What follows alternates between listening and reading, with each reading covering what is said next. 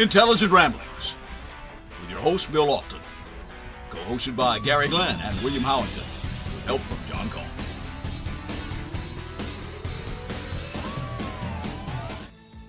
Good evening. Welcome to Intelligent Ramblings. I'm Bill Lofton. I'm your host, or the most of we're not sure of, and my co-host, Mr. Gary Glenn and Mr. John Cohn. How y'all doing tonight? We're good. Well. We're doing well? Okay. So far, so good. Looks like Elon Musk criticizes Trump's big, beautiful bill. Do I see a fracture in that key relationship? Is this golden boy got his chainsaw out, starting to whack on Trump a little bit? I don't know. Could Romance. be. Could be. I think they've gone from. Go ahead, Gary. I'm sorry. Well, they were asking Trump about that, and he just said, well, I don't like everything in the bill either. You know, so, I mean, they kind of smoothed it over, but you could tell Elon was grinning a little bit, but he's kind of got his back up, I think. You know, they told him to cut all these things, and he turned around, now they're spending something that's going to put the deficit up a few $1 trillion over the next few years, so I don't think he's real happy about it, but hey, you know, trouble in paradise. We'll see if they work it out. It might have had something to do with all those cars getting torched. Who knows? Well, I made the remark last week that it looked like they wouldn't touch each other with 10-foot poles at that time, and now I think they maybe they're going to start throwing rocks at each other instead. I don't know. Yeah. Well, here's another one of the crazy carrot heads doings. He pardons Julie and Todd Chrisley, reality stars convicted of tax fraud, tax invasion. I mean, really? And not just a little bit either. $30-something million worth. I can say with absolute, I've never seen the show, and I'm glad because I think I switched to channels one time and landed on that channel and was looking at it and went, these people really are creepy. They kind of give me the kind of people. You don't want to get near them or get away from me, you know. But Jill used to watch it. She just watched it for fun because they were so outrageous. Outrageous appeals. I mean, why all these Real Housewives of fill-in-the-blank city? Why is all that so popular? I don't get it, but some people get into that kind of stuff. I'm sure it's heavy female demographic, and that's not. I'm not trying to be sexist or anything. I'm just making an observation. They just give me the creeps. What can I say? Let's see. Are you guys about ready to hit the meat of the show?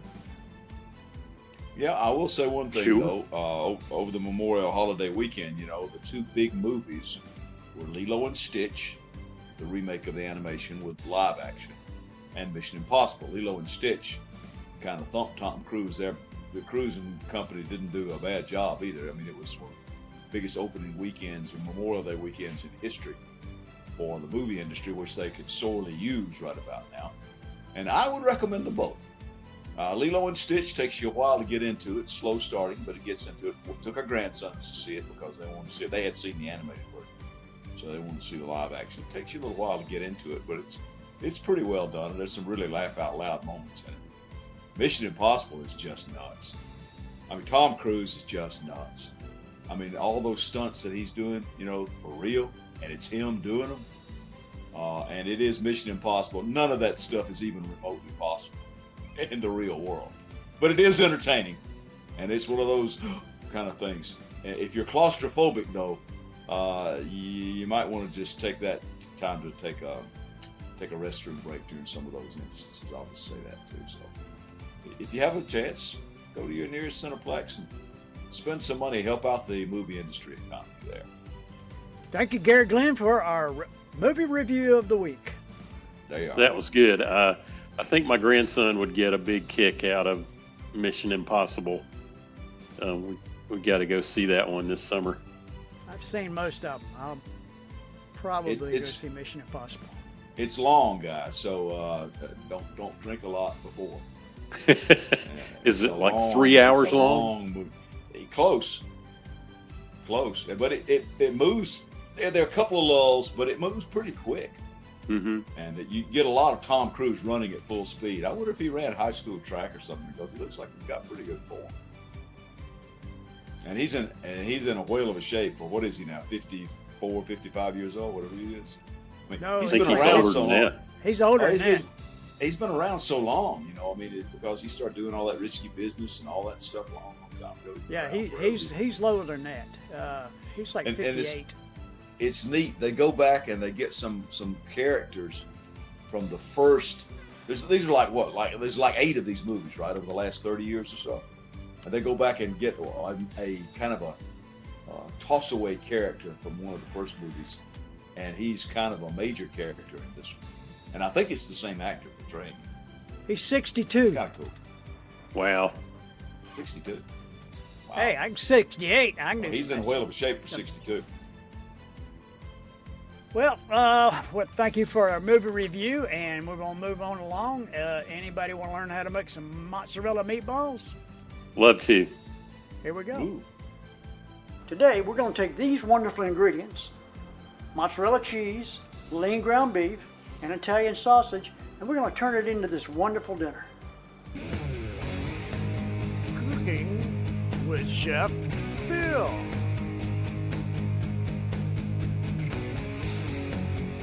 Okay, let's start with the lean ground beef and the Italian sausage, both been ground, and we're going to combine them. It's going to get real sticky, so we can wash our hands for that. Next, we're going to take an onion, cut it in half, cut it end to end, almost to the end. 1/4 of an inch, all the way down. Then turn it, slice it twice, about 1/3 of the onion each. Then slice it 1/4 of an inch, straight down, and you'll have the perfect size onion for our recipe. Next, we're going to add 1 whole egg, 1/3 of a sleeve of crackers. Crunch them up well. Cracked black pepper, about 1 teaspoon. 1 teaspoon of kosher salt. I like a lot of salt. Next, we're going to scoop them up and form them into a meatball. I use an ice cream scooper. Next, we're going to take the cheese, and you want to cut it the width of the meatball almost.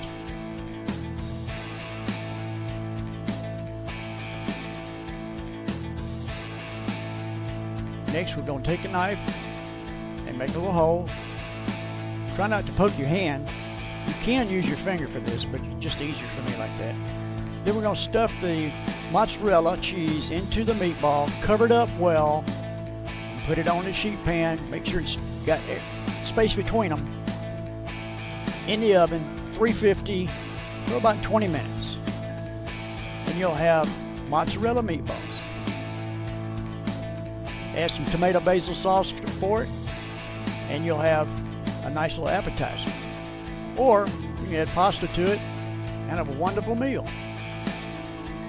Next week on Intelligent Ramblings, we'll answer a question. What is smoking?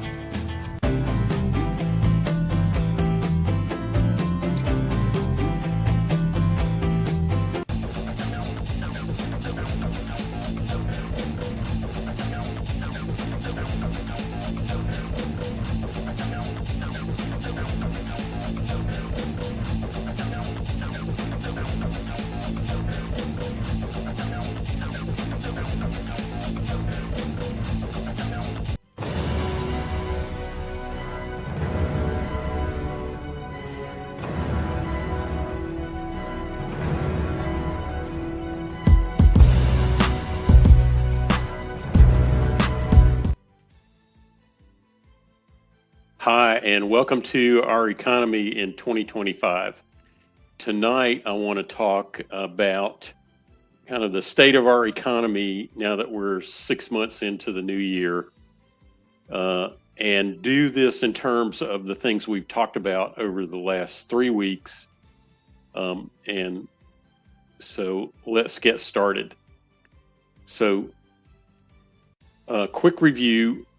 Over the last 3 weeks, we talked about GDP, or total national income, employment, government policy, inflation, and growth as 5 important things to watch if you're just trying to understand what's going on in our economy and how it affects you.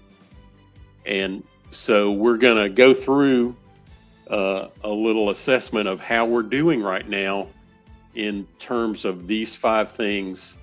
And then at the end, the last thing I want to do is talk about what we might expect in the near future. So what we know at this point is GDP, as of the last reading, was a total of $30 trillion. And I don't know if you remember the graph that I put up. I think it was like the second of the 3 in that series that I did over the last 3 weeks.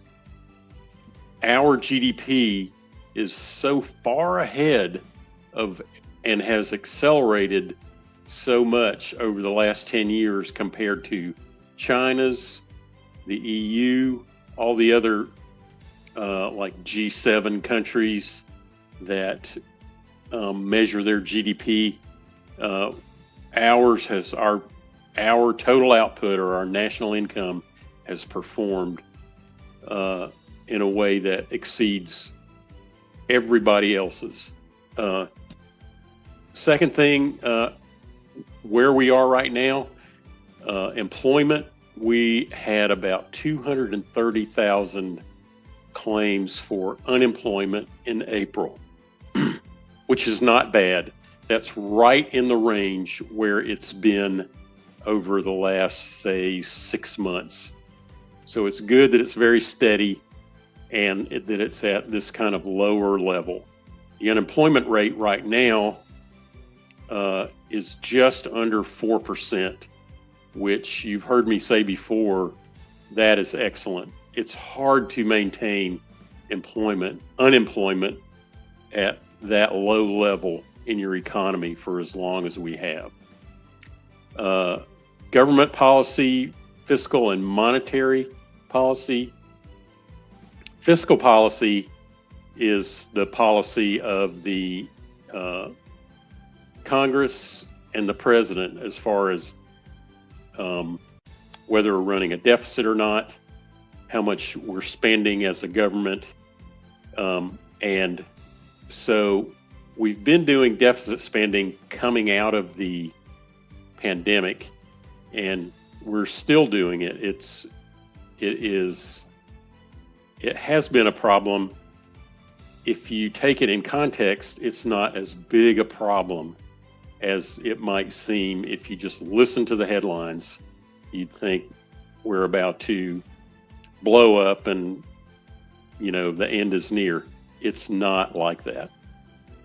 We are looking at a debt limit increase as part of the One Big Beautiful Tax Cut bill, which could raise the debt limit way more significantly than it has been raised in the past. Just something to note.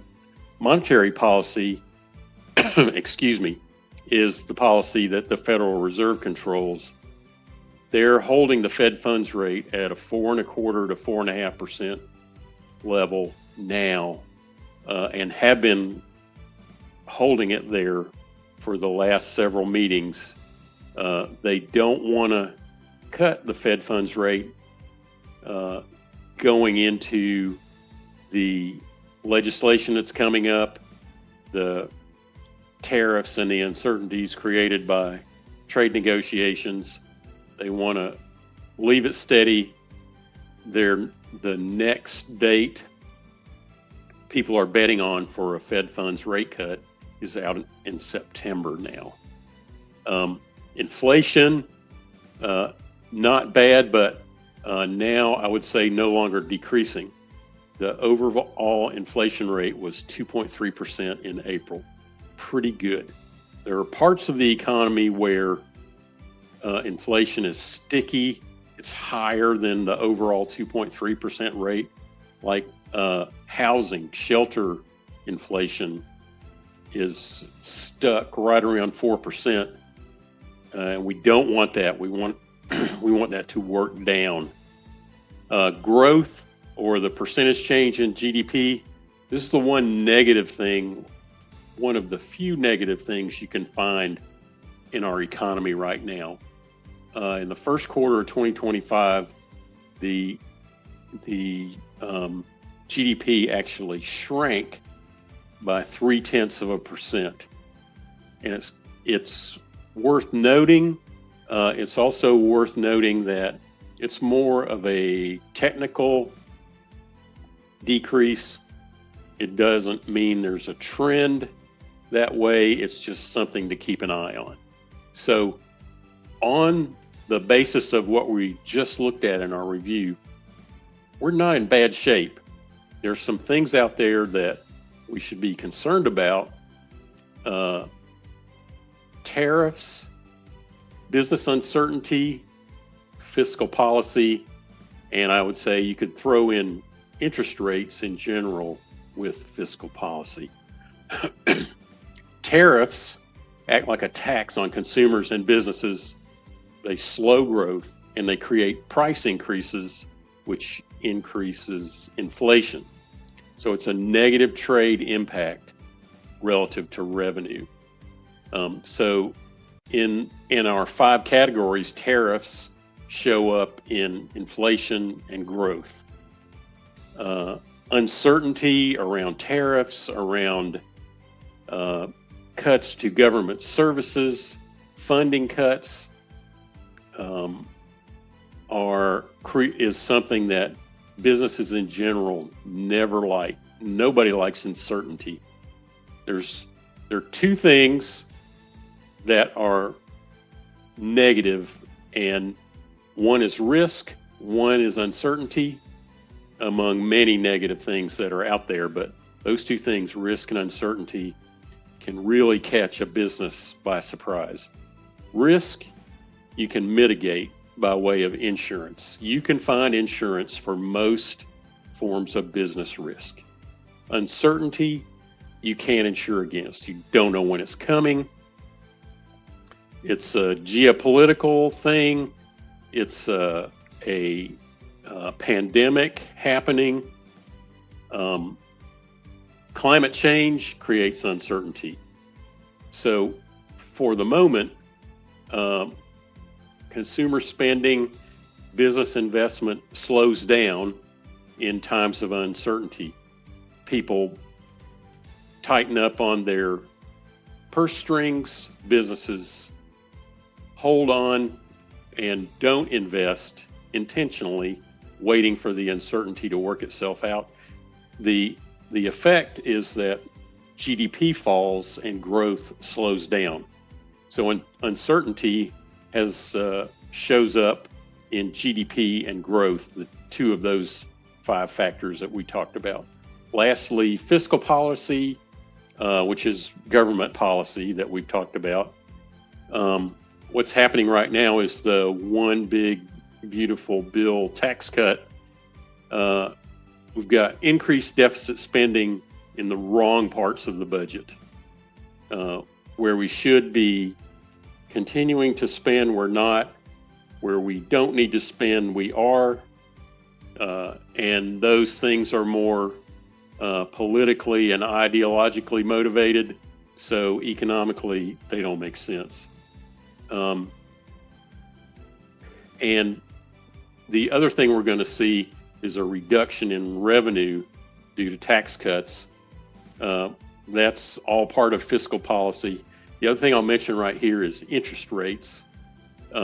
We have seen interest rates in general come down along with inflation over the last couple of years. It's hard to say at this point if they're going to continue to come down, flatten out, or go up. So what to expect? What do we got to look forward to? What I think is going to happen, say, over the next few months, is the Fed is going to delay their rate cuts while tariffs, uncertainty, and fiscal policy become clearer. We know what's going to be in the final one big beautiful tax cut bill.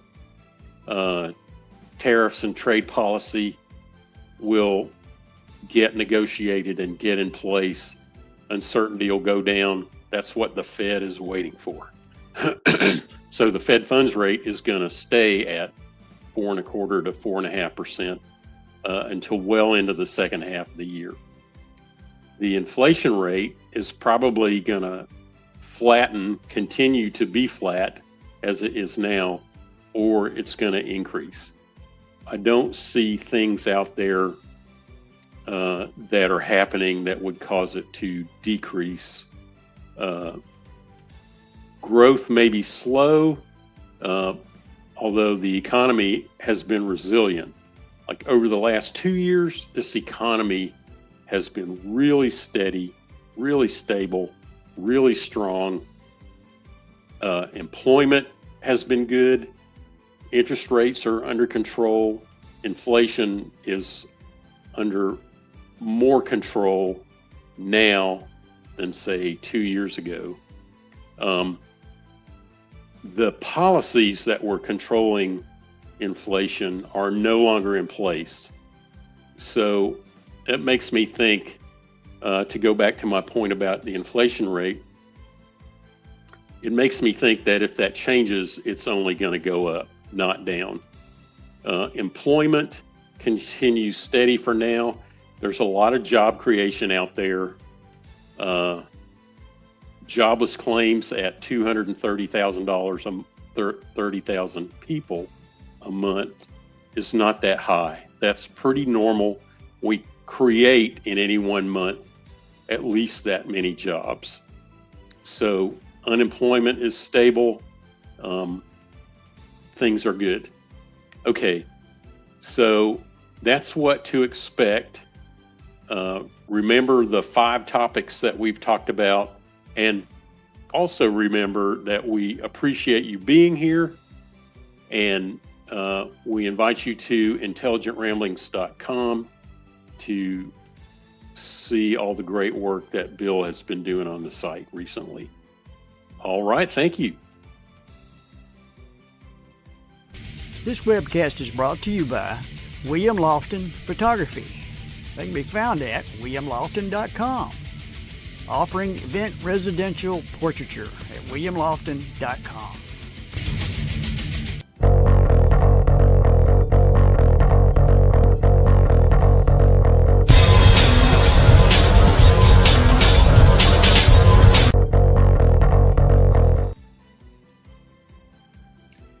All right, good evening, everybody. I'm going to use my time tonight to talk a little bit about friendship. Friendship and the nature of being human.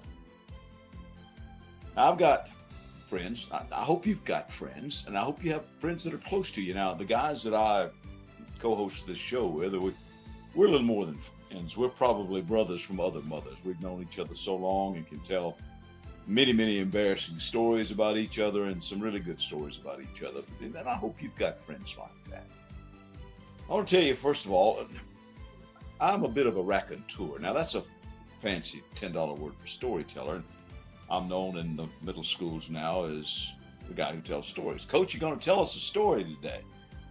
And I usually respond that, yeah, I will. And I hope sometimes that they get what I'm trying to say with some of these stories, because sometimes they have a little bit of a point to them, more than just telling of a story. The first story starts back in the late 1800s in South Africa. Now, South Africa is that country that's at the very, very tip of the toe of what, if Africa looks like a shoe, it'd be the toe of the shoe down there. South Africa's there. In fact, it's so far in the south that they have penguins in South Africa. But this happened in the late 1800s. There was a fellow there that worked for the railroad. His name was James Wide. And James had the nickname of Jumper because for some odd reason he liked to jump from car to car in the train yard. Now, he was a signalman. He was a guy that had a fairly complicated job. You know, he's switching the levers and so forth to make sure the trains stayed on the right tracks. They wouldn't hit one another and things like that. But he liked, for some odd reason, as I said again, to jump from car to car. And sometimes he did that when the trains were moving. Well, jumping from a moving train to a moving train is not a good idea in any numbers. And eventually, it caught up with him, and he fell underneath the train. Now, it didn't kill him, but it cut his legs off right about the knee. And he had to find somebody to make him some prostheses. Now, not fancy things like they have now that you can use in the Paralympics to run really fast. These were more like peg legs, kind of like a pirate. So he obviously became a bit disabled, and he needed somebody to help him out around the house. So he went and got him a roommate, a guy by the name of Jack. So Jack came to live with James, a.k.a. Jumper, and helped him around the house, and eventually started going to work with him. Well, James taught Jack the job, and Jack got really good at it. In fact, with some supervision, and for a while there, he could do Jumper's job. However, some of the people saw Jack, and they knew he did not work for the railroad. So they complained about that, and it was just about to cost James his job. So they told the railroad, he said, "I'll tell you what, come and put him through a skills test. Put him through anything you want to pace him with, anything you want him to do, come and put him through that test and see if he can do it." Well, not only did Jack pass the test, he passed with flying colors. So much so, in fact, that the railroad offered Jack a job. His salary was to be 20 cents a day and a half a bottle of beer a week. And Jack helped James around the house and at work and was a model employee. In fact, for 9 years that we know of, Jack never made a mistake. So he was a good friend and a good co-worker to James. Oh, by the way, I didn't tell you, Jack wasn't human. Jack was a Chacma baboon, an animal that was so smart that he could do a man's job and never make a goof. Now, I'm not making this up. You can look it up if you want to. In fact, it is corroborated by pictures and testimonies. And in the museum, in the Albany Museum in South Africa, his skull is there. Part 2 of the story happens this way. My father, the late W.R. Glenn Jr., known far and wide as W.R., in fact, the anniversary of his death is coming up. He was born in 1919, so he's been gone for a while now. He would bring home some of the most outlandish things. For a long time, Daddy worked as an insurance man. He'd go around, and I suspect he took things in trade when people couldn't make their premiums, and he would pay the premiums, and he would take something in trade. So, of course, we got lots of fruits and vegetables and things like that. We got some pets. He brought home lots of dogs and cats. He even had a horse one time. Had a minor bird that could talk. But the most unusual thing that Daddy ever brought home probably was a monkey. "Oh, Coach Glenn, I want a monkey." "No, you don't. No, you don't." A couple of things you got to realize about monkeys. Number one, they're very mischievous. Number two, they're really smart. Number three, for their size, they're extremely strong, nothing much but bone and muscle. And number four, they have hands, just like you do. Now, his name was Coco. He was kind of a little organ grinder's monkey, kind of like this kind that you see on the Pirates of the Caribbean, that kind of monkey. And he was probably, when he stood on his hind legs, he might have been about 3 feet tall. And he was a New World monkey, so he had a prehensile tail that he could use like an extra hand to hang on a branch or stuff like that. We had a cage built for him. But you know what? Coco didn't want to stay in that cage. It was like trying to keep a person chained up.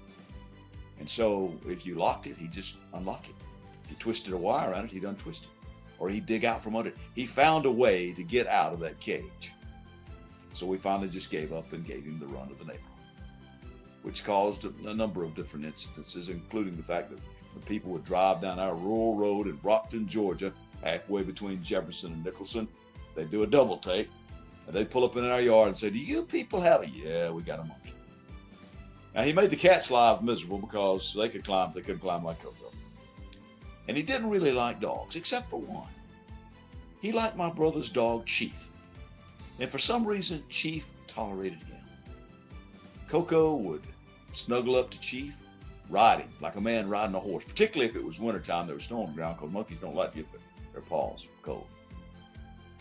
So my point is that in South Africa, you had a man and a baboon. And in rural Georgia in the 1960s, you had a dog and a monkey. Completely different species. Yet they were friends. They liked one another. They got along. Completely different species getting along. We humans are the same species. We haven't figured out how to do that yet. That's my tale for this week. Thanks for your time out. I'm Gary Glenn.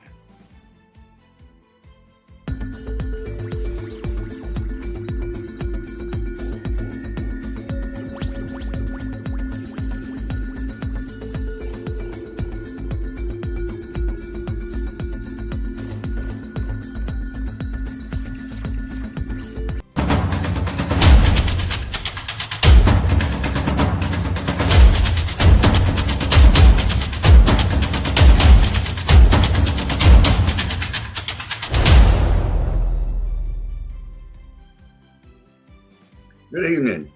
Tonight in sports, we're going to talk about a couple of the greatest baseball players of the first half of the 20th century. Yes, 1900 and 1950. The first player I think was one of the greatest of all time was the Georgia Peach himself, Ty Cobb.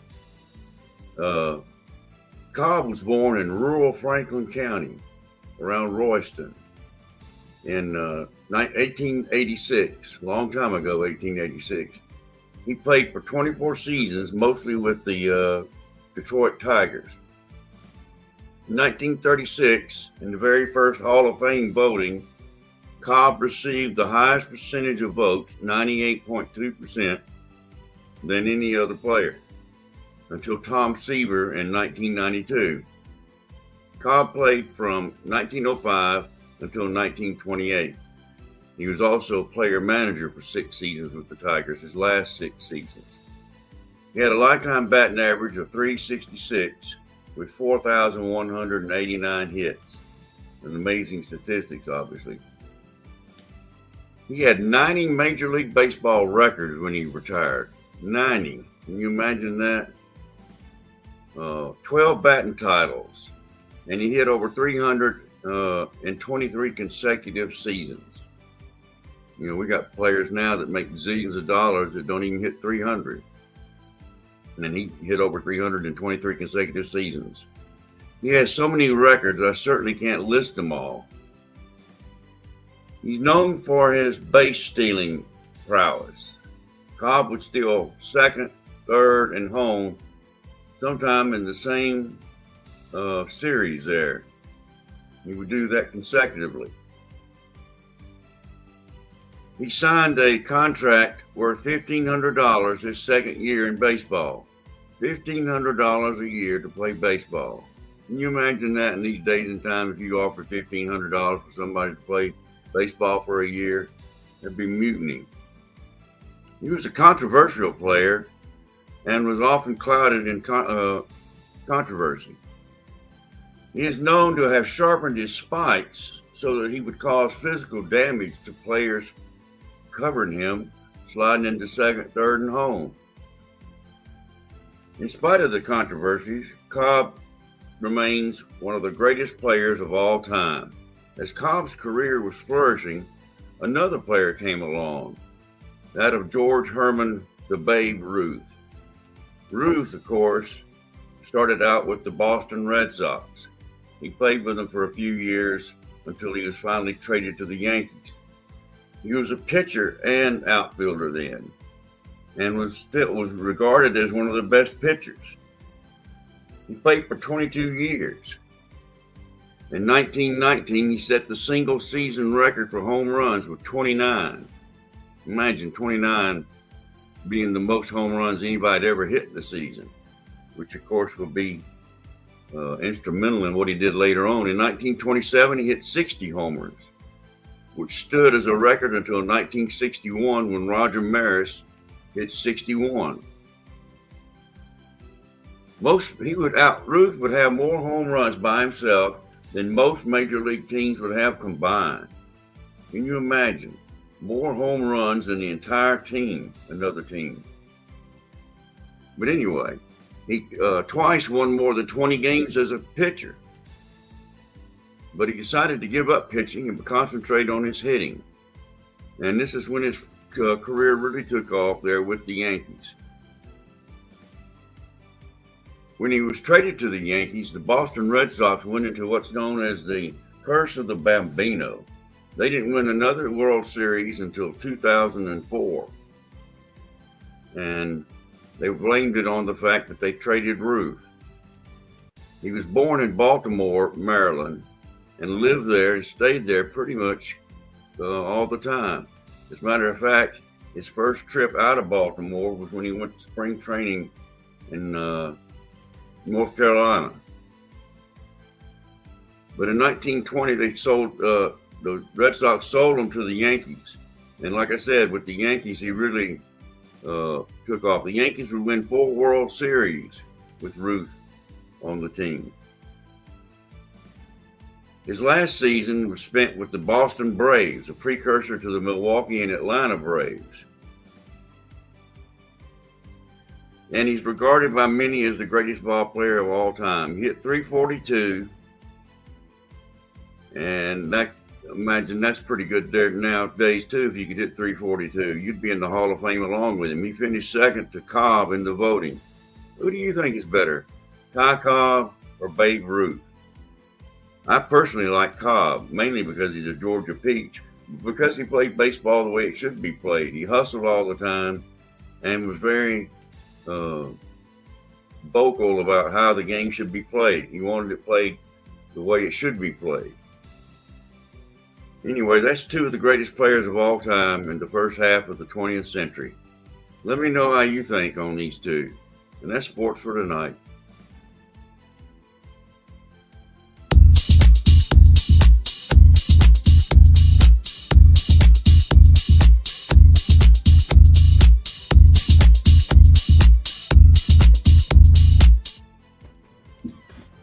Well, that brings us to the near ending of a show of Intelligent Ramblings. We want to appreciate everybody out there that watches us after we're not live, and I've heard that from several people. And another thing I wanted to get everybody's attention is that we need you to subscribe to the channel, please. That way the algorithm will put us out there more, and more people will be able to see us. If you enjoyed the show, subscribe and you'll never miss another show. But that brings us to the end. Is that free? That's very free. All it costs is a click. All it costs is a click. Go to intelligentramblings.com. You can just go to @IntelligentRamblings on YouTube, and it will guide you through it. You just find what you want and click on subscribe, and emails get sent out to you, let you know when we're going live every time. All right. Well, I like Williams' commentary there. I mean, that was, of course, 2 of the greatest ball players ever played. And I don't know that I realized that Ruth actually won 3 World Series with Boston as a pitcher. And yeah, maybe that was one of the curse. Maybe that was the curse. They didn't win another one until 2004, but they won 3 with him there, which is kind of cool. Oh, and if you want to see a picture of Coco and Chief, I've got it posted on my Facebook page today, my little promo for tonight's show. You'll see Chief curled up and Coco sitting on top of it. And an old black and white picture from the 60s. Sounds it's good. kind of cool. Well, we appreciate people tuning in, and this wraps it for another issue or episode, whatever you want to call it, of Intelligent Ramblings. And we will see you again next Wednesday night at 8 p.m. All right. Have a Thanks, good night. everybody. Good night. Yeah, thank you. Good night, everybody. Like and subscribe.